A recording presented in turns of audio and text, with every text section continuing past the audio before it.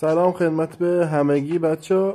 چند تا مورد رو باید بهتون بگم در مورد بازی رامبل آرکید. بچه اگه تو کانال تلگرام باشین میدونین که منم دارم جایزه میدم به بچه ها برای فعالیتشون، چون رنک 3 جهانی رو الان گرفتیم. بچه شما میتونید بگیرید، ولی خب درست کم کار سختی داره، نیاز به رفال فعال زیادی داره، یعنی بیشتر کانال دارم میاد تو این رنگ. بهتون همون اول گفتم که 2 تا روش درآمد دلاری داره. یکی که رفال فعال زیادی داشته باشی، بیای تو جدول دلاری و حالا هر هفته یا 2 هفته اون تترشو بگیری، یا اینکه با همین مسابقات دلاری شروع کنی که الان مثلا نداره اینجا، چه خالیه، مسابقه معمولیه. با مسابقات دلاری معمولی شروع کنی که بتونی $1، حالا از $1 تا $20 داره، هر چقدر که لیگت میره بالاتر جایزه بیشتر میشه. مثلا برای من نفر اول فکر کنم $70 میده دیگه. شانستونه بچه‌ها که چندم بشین، یعنی هر هفته $1، $2، $5 میتونین بگیرین و $25 که شد از این قسمت بالا برداشت میکنید. خیلی راحت ولت تون کیپرتون رو وصل میکنید و تتر روی شبکه تون معمولا 24 ساعت طول میکشه برای شما واریز میشه. بچه چیزی که قبلا نگفتم میخوام تو این ویدیو بگم که از بحث اصلی دور نشیم. اولین چیزی که بهتون گفتم که میتونید بچه تو این جدول شما بیان چند تا رفرال فعال بگیرید. این باعث میشه که هم توی جدول من بالاتر بیاین، چون هفتگی بچه ها از همون تتری که من میگیرم به خودشون میدم سهمیشو. پس سعی کنید هم خودتون بازی بکنید و قوی تر بشین، همین که رفرال فعال پیدا بکنید. اگه دوستی آشنایی چیز دارین بازی رو حتما بهش معرفی بکنید، چرا که بدون شک بازی خیلی عالی هست. هفته پیش بود، 2 هفته پیش بود، بچه ها بند شدن از بازی خیلی ها، چون رویدادی که گذاشته بود نیاز به بلیت آبی داشت، پوینت آبی داشت. بچه ها رو هر تلگرام یک دونه رامبل آرکید داشته باشین که با تلگرام دارین بازی میکنید. حواستون باشه بازی معتبره، اما اینکه بند بشید تقلب نکنید. مثلا بچه ها با چند تا اکانتشون برای خودشون بازی میکردن که امتیازشون بیشتر بشه، که به حساب من اون جایزه رو بهشون بدم، و این کار نکنید که بند نشین یه وقت. یا رو هر تلگرام یک دونه داشته باشین. خب بچه ها من از این قسمت میزنم و هفته‌ای به بچه ها تتر میدم.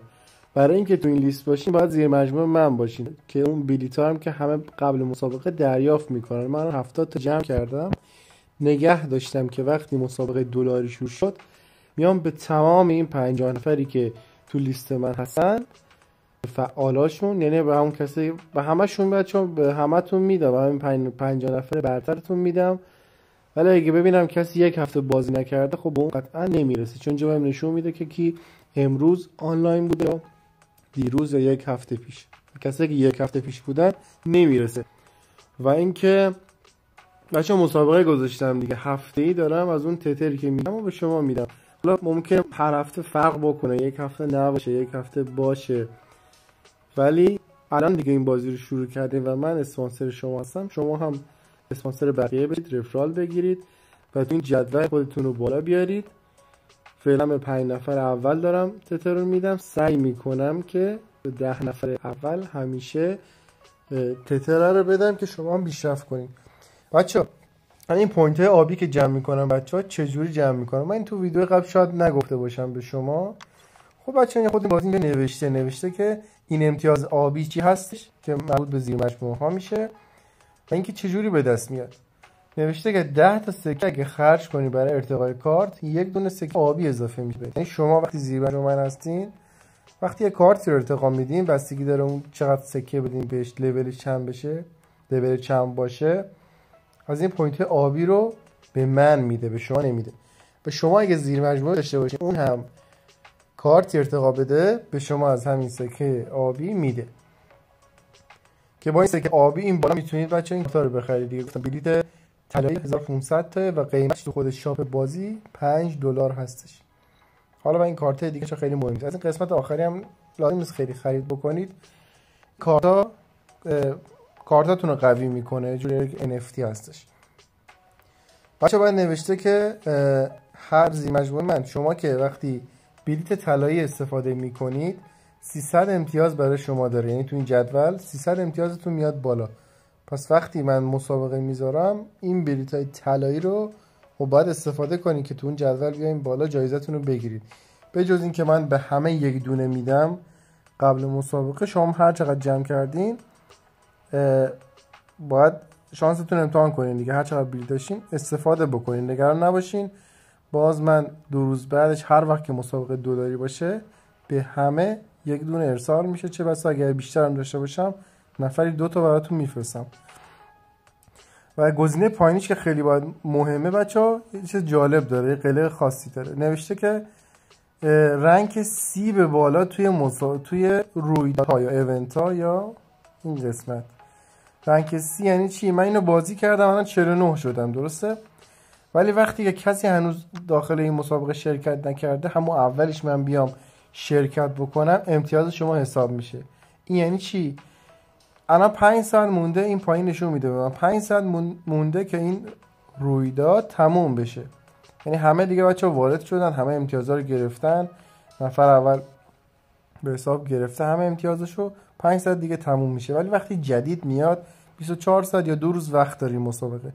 شما اگه همون اولش وارد این مسابقه بشین 100% یه رنک خیلی بالایی میتونین بگیرین، چون کسی هنوز شرکت نکرده تو این ایونتش. خب شما اگه رنک C به بالا میگیرید بعد اینجا امتیازتون 150 اضافه میشه. پس یه نکته ای هست، وقتی که مسابقه شروع میشه سریعتر از همه شرکت بکنید، نگه ندارید برای آخرش که یه وقت ممکنه C پایین تر از رتبه C رو بگیرید. پس نکته دیگه بچه این بود دیگه، کلا همین 3 تا کار باعث میشه که امتیاز آبی به دست بیارید و تو جدول هفتگی ما که خودم جایزه میدم به بچه ها بیایم بالاتر.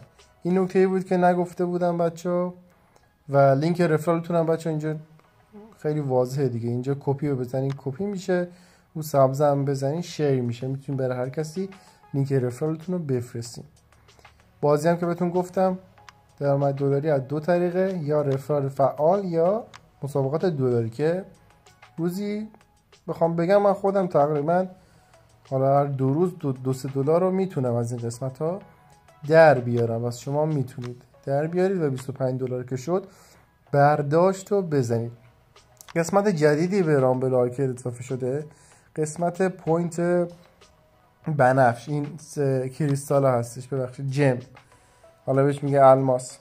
با این الماس ها میتونید بچه این چیزها رو باز کنید، این جعبه ها رو باز کنید یا خرید انجام بدید، از اون بیلت های طلایی بگیرید.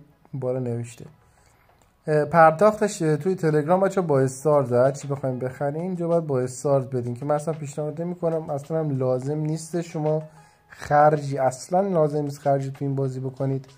همین که شما لیگتون اینجا هر روز انرژیتون رو مصرف میکنید، این جایزه روزانه‌ای که من گرفتم رو میگیرید و بر اساس اون این تاجر هم بچه جمع میکنید. تاجر هم که میدونید دیگه، هر چقدر که بالاتر میریم بهتون از این تاجا میده که لیگتون عوض میشه. با عوض شدن لیگ هم جایزه لیگ بعدی زیادتر میشه، هم قسمت ایونت ها رویدادها جایزه بیشتری میدن. شما با این روش لیگتون میره بالاتر، شما قوی تر میشین، جایزه ها بیشتر میشه، جایزه های $2 بیشتر میشه و خودتون شانس بیشتری پیدا میکنید برای درآمد بیشتر. این قسمت هم بچه توضیح نداده بودم که اینا چیه. این خیلیاتون سوال دارین که این NFT ها چیه. این NFT ها اولا که مربوط به نسخه وبه. اگه بخوایم با تلگرام بریم وقتی روش میزنین میگه که اگه حالا من این پر شده باشه میگه که برای اینکه بخوای اینا رو استفاده کنی باید نسخه وب باشی.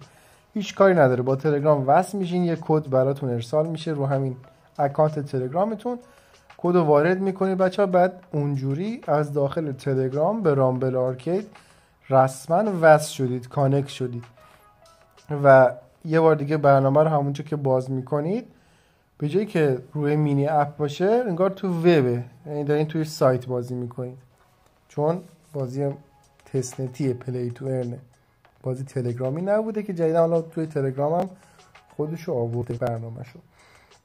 خب بچه‌ها حالا اینا چیه بچه‌ها؟ این کارت من اگه این 10 تا داشته باشم بازش بکنم، میام اینجا مثلا به من این کارت ها رو میده. این چیه؟ این وقتی 2 نوشه تو، وقتی 2 به این 6 من اضافه میشه 8. من الان استفادهش نکردم چون یعنی الان جو گفتم نسخه وب نیستم، الان استفاده نکردم، یعنی باید کانکت بشین دیگه از این قسمت یا هر چیز دیگه بچه باید کانکت بشین. حالا اینا چه کاری ندارم، الان من میخوام بازی بکنم دیگه. این 2 اگه از این کارت استفاده کنم و روش بزنم این کارت من شده 8. نگاه بچه اینجا 8 نشون میده. پس ارتقای کارتاتونه بچه، چیز خیلی مهمی هم نیست، ولی به مرور زمان خودتون که اینا رو باز کنین متوجه میشین.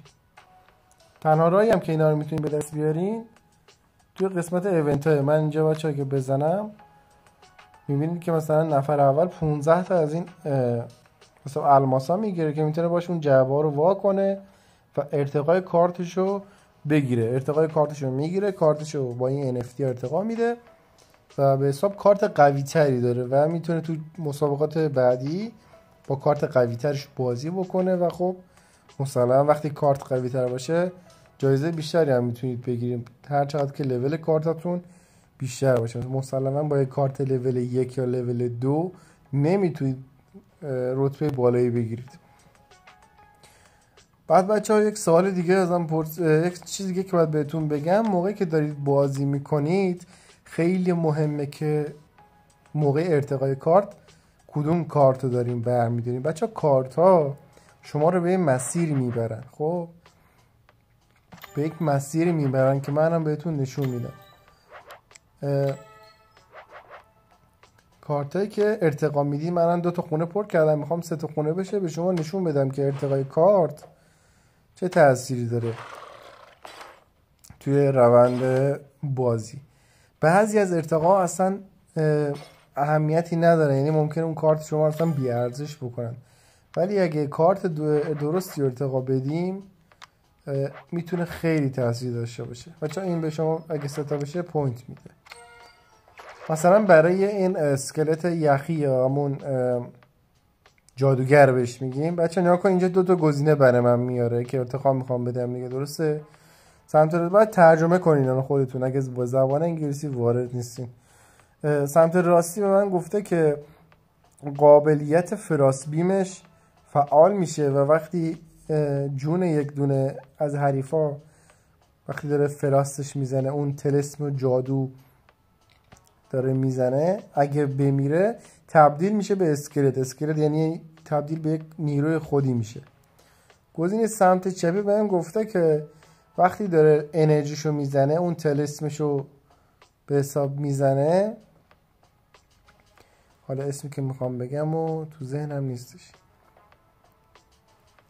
میخواد استفاده بکنه 50% از سلامتشو دوباره به دست میاره. خب من تو چیزایی که بازی کردم میدونم سمت چپی خیلی به درد من نمیخوره جونش، ولی این که من یک دونه از کارتای حریفو به یکی از کارت خودم تبدیل کنم، این برای من ارزش داره. پس من سمت راستی رو ارتقا میدم.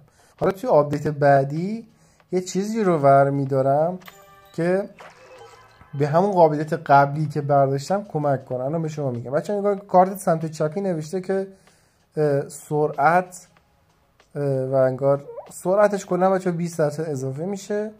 این یکی هم سمت راست نوشته که شما یه شیلد، یه محافظ میگیرین بعد از اینکه انرژیتون شارژ بشه. به حساب اسپل داریم دیگه، جادو داریم. هر کارت یه جادویی داره برای خودش. بچه‌ها مثلا اینجا خیلی فرقی نمیکنه که کدوم بردارم، حالا سمت راستی رو برمیدارم.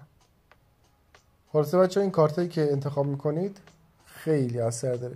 چینش کارتا بسیار مهمه که کجا بچینیم. البته بر اساس حریفتون باید نگاه بکنید که حالا چه کارتایی داره.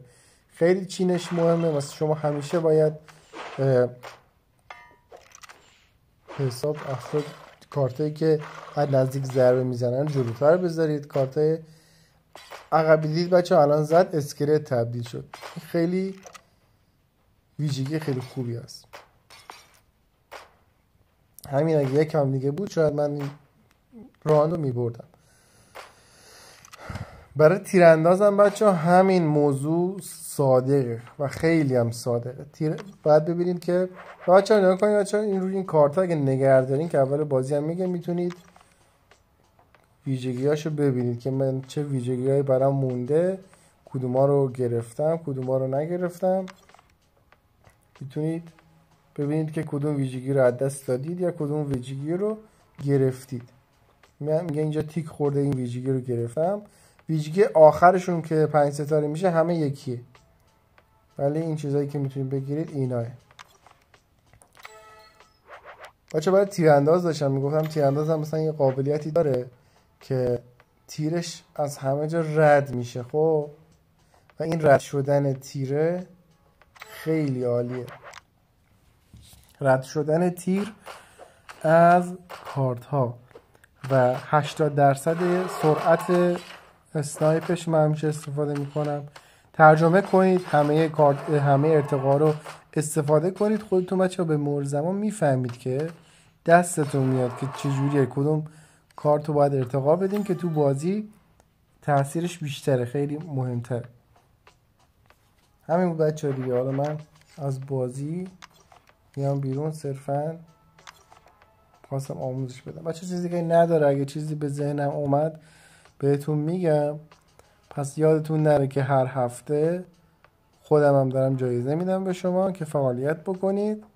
خودتونم سعی کنید که اصلا مهم نیست که تعداد زیادی رفیق فعال داشته باشید. خب 1 2 تا 3 تا هم که داشته باشید، به قدری که یکم امتیاز آبی جمع کنید که بعدا بتونید برای خودتون چیزی بخرید یا همون تو رنگ منم بیاین بالاتر، به دردتون میخوره. اگه میخواین از اون جدولی که هفتگی برای رفیق فعال سکای آبی حساب تتر میده برداشت کنید که خیلی باید زحمت بکشید. ولی خب با گروه تبادلی که ما داریم مسلما رفرال گرفتن برای هیچ کسی سخت نیستش. همه میتونن با تلاش کردن، با پیام دادن به این اون، همه رو دعوت بکنم به این بازی. تا ویدیوی دیگه، خدا نگهدار، مراقب خودتون باشید.